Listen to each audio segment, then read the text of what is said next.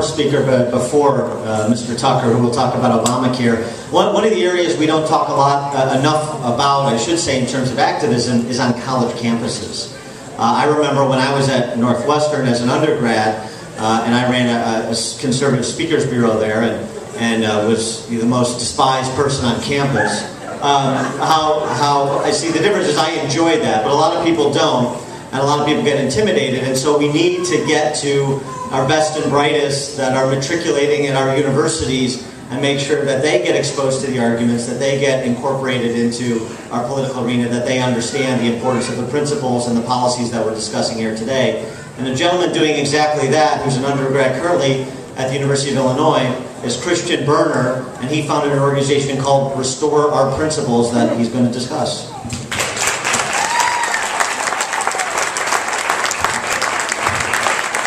Thank you. Let freedom ring. Let freedom ring. It's such an honor to be here today. My name is Chistiaan, and I'm the president and founder of Restore Our Principles. We are a student organization dedicated to promoting the ideals that have made the United States an exceptional nation. Our foremost goals are to educate the youth and energize voters. We believe that the youth deserve to have a voice in the issues our country faces today. We understand that if united, we will be able to discuss the issues and engage the students in political discourse and repel then the unfair pressures of the media, academia, and the like. Restore Principles will show how the youth can gain a voice and use their voice to change elections, to change policies, and to create a better future. The goals of our activism and outreach measures are to help students start to gain interest in politics at a younger age, as well as help provide resources to further their critical thinking skills and understanding of these pressing issues. Although our focus is different at each level of education, we feel that each group can learn from each other, and we hope to bring together students of all ages and to bring together different opinions and experiences. I'd like to now transition from a brief overview of our organization into a more personal account on how our organization is building our future.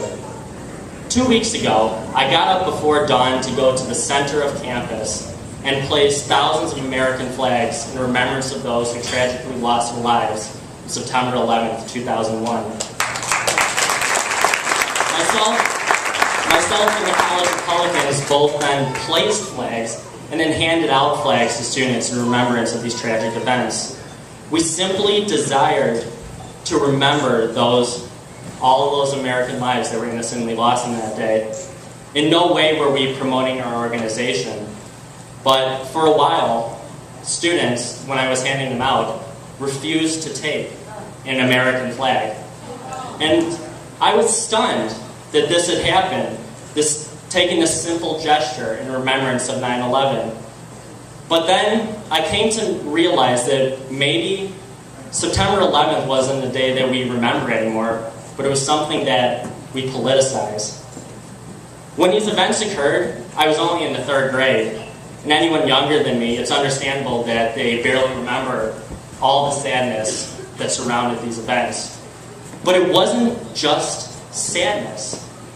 We became unified on that day under one flag against the forces of evil in this world. I believe then that many students refused an American flag because they did not want to take sides in a dispute over our actions as a nation after this day. Students were, I believe, worried that if they took a flag, they would be pressured into speaking with their peers about where they stood on the war or a general fight against terrorism. Restore Principles finds it highly problematic that if we cannot come together for things like this, when will we ever be able to unite as a nation? If the youth cannot even hold an American flag without feeling uncomfortable, we must realize that something is seriously sick in the soul of this nation. I asked my organization to change the tone of political discourse. Rather than widening the divide, we believe in strengthening relations.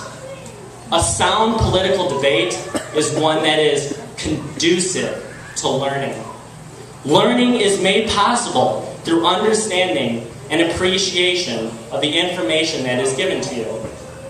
If our organization was simply a movement to support an individual or a party, I think our impact would be minimal. We would have to focus on elections and think in the short term rather than ultimately the future of this nation. We support principles over politicians, not because we have an animosity towards politicians, but because we realize that the only way that we can get this nation back on track is to promote the ideals that have made the United States an exceptional nation.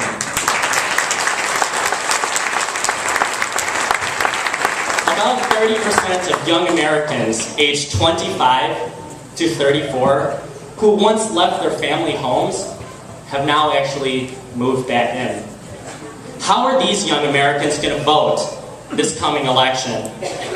In 2008, Barack Obama laid out for us this basic American promise. He said, if you were willing to put in the work, the idea is that you should be able to raise a family and own a home, not go bankrupt because you got sick, because you've got some health insurance that helps you deal with those difficult times. Just send your kids to college and put away some money for retirement. That's all most people want. That's all most people want. Folks don't have unrealistic ambitions.